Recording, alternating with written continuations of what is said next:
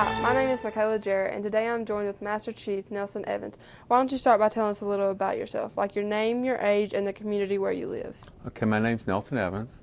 I live in Lenore. I ended up in Lenore because I was a recruiter back in the 80s. In fact, Alexander Central was one of my high schools that I recruited at. I'm almost 60, which my students consider older than dirt.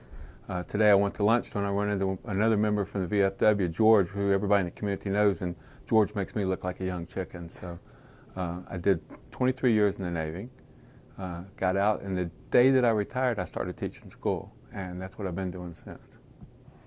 When you went into service, were you drafted or did you volunteer? No, I volunteered. It was back during the Vietnam era.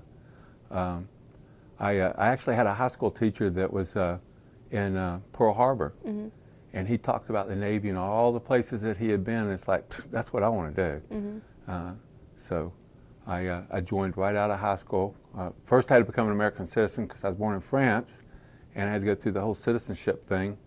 And right after I became a citizen, I joined the Navy, and like I said, the Navy's been part of my life ever since. Prior to service, what was your occupation? I went to high school. Your high school student? Yeah, that's right. Were you married before, during, or after your service? No, I was in the Navy for about 3 years and married the love of my life. We've been married for, I'd give you the exact year, but she's not here to correct me. I mean, the year I know is 1975, but I always screw up on how many years. But she's still my best friend, and you know, like I said, the love of my life. So. What branch of the service were you in? Navy, the whole time. What's the highest rank that you attained? Master Chief. That's what I am. So.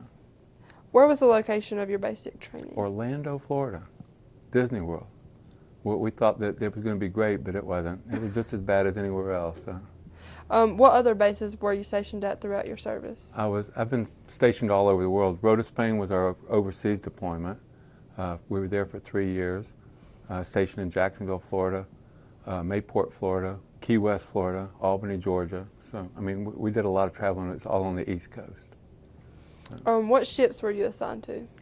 I made several different cruises. I was aboard the USS Ranger, the USS Forrestal, the Constellation, the America, and the Coral Sea. Unfortunately, every ship I've ever been on has either been sunk and used as a reef now or decommissioned. So. Did you make any friends while in service? You don't help but make friends in the service, and they're lifelong friends. In the service, your friends that you make aren't friends, they're family. Sometimes you find yourself closer to the people that you serve with than you were with the people that you grew up with. Are there any superior officers that you remember, and if so, why? There's numerous different officers that you serve with, the good ones and the bad ones, and you know we don't have long enough to talk about all the good ones or the bad ones. So, but yes, there's quite a few of them. We had one commanding officer that wrote us a letter every day, and I just thought that was so neat. I mean, it was an individual letter, and he called it "How Goes It?" And every day we look forward more to reading that than the newspaper, because he told us straight up what was going on. So that was Commander Dysart, and that was, you know, way back when. But I still remember him and his, you know, charm that he eluded upon us. So. If wartime, which wars did you serve in? I did Vietnam and Desert Storm. Relate skirmishes or battles you were involved in. We had one time when we were out to sea during Vietnam, and this is, you know, 100 years ago, like I said. It seems that way. The commanding officer come on the 1MC, which is the announcing system, and said, "We were just shot at. Anybody that wants to see it, come up on the flight deck and watch." So we all run up there because, you know, we want to see this. And it was a rocket that came all the way from that horizon all the way to that horizon. He came out and says, "They just sank one of the imaginary ships that we put out there with our," and this was back when radar, you know, when they were able to do the stealth stuff, and the Vietnamese thought that they had blown something up. And he says, "That next explosion you just heard was that little ship being blown up." So that was pretty cool. Desert Storm, the first day of the war, the sirens went off. We all ran to the bunker. I had a P-3 crew there. And a P-3 is a patrol reconnaissance airplane. And the crew ran out to the airplane, and all my maintenance people, we ran to the bunker. And we were there for 2 hours thinking that, you know, this is it. And we found out that it was the British airplanes coming back from their mission, and they were squawking on the wrong frequency. So for 2 hours, we thought we were going to die, you know, because this was the very first day of the war. So yeah, that was pretty hairy. So What weapons were you assigned to, or special I equipment worked that on you airplanes. used? We dropped bombs, so they didn't let us carry bombs around. What poor conditions or hardships did you face in service? When you go to sea in a ship, you know, everyone's there to the same, and you know, I had a warrant officer tell me one time, says, you know, sailors only remember their best times and their worst times, you know, in their best duty station and their worst duty station. So, you know, we had water hours sometimes when we'd run out of water. The best times was all the ports that we went to. I mean, we just had a wonderful time with that, and I've been to every continent except Antarctica. So when I retire, I'm going to get down there just to see what it's like. How did you handle being away from home and family? Letters. Letters. Lots of letters. Videos, cassettes. So Did faith play a part in helping you cope with your time in service?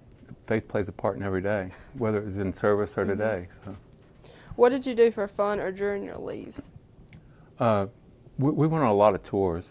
A lot of people, when we pull into port, would only get as far as the first local drinking establishment. And I always made a point to go as far away from I could and see the people the way they really were. And, you know, almost every cruise you have somebody that you run around with. And we would always, you know, go places. And you talked about friends. One of my best friends I just lost a few years ago had been a corpsman with the Marines during Vietnam. And we lost him, I guess it's been about 3 years ago. But he and I, every cruise, we ended up on the same ship, and we would go places, and our wives were best friends, and so it worked out really well. Did you receive any awards, medals, or commendation? I got a few.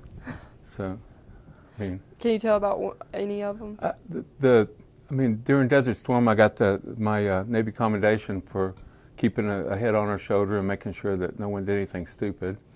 The Navy Achievement Medal I got for recruiting, believe it or not, for putting people in. And then the Meritorious Service Medal was because they thought I did a good job for my whole career. So. Do you have photos, your uniform, or mementos you kept from your time in service? I'm in it. So. Do you have any photos that you kept? I've got scrapbooks of a lot of stuff. So. What has your occupation been since leaving the service? Teaching. Like I said, I started teaching the day after I retired from the Navy, and I'll do that all the way through, hopefully next school year. And then my wife and I are going to become vagabonds and travel. Did you start at Alexander Central, or have you been at other different high schools? My first year I taught in Greensboro. And the Alexander Central, the gentleman that started it, was ready to retire, and he called me up and said, do you want to work here? Well, I lived in Lenore. I was traveling 100 miles one way to work.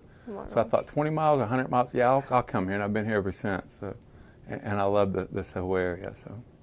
Were any of your family members or ancestors in service? My dad was a Marine and a soldier. He did the Marines his first tour, got hurt, and finished his time up in the Army. I've got a daughter that's serving in the Army now. My son went to the Naval Academy. So. Can you name your siblings, spouse, and children? Sure. My wife is Elizabeth, or she goes by Liz. I've got 3 children, Erica, Maggie, and Kenny. Maggie is currently going by Lena. She changed her name when she went to college. When she comes home, we still call her Maggie, but all her friends call her Lena. She teaches out at Bethlehem Elementary. My daughter Erica is stationed up in New York in the Army. I still love her even though she joined the Army. And Kenny got out of the Navy and is working at a factory down in Georgia. Are you active in any veterans organizations? The VFW. What would you say to youth today interested in the armed forces? Go for it. It's a family. Thank you. It's been great having you. You're welcome. Thank you.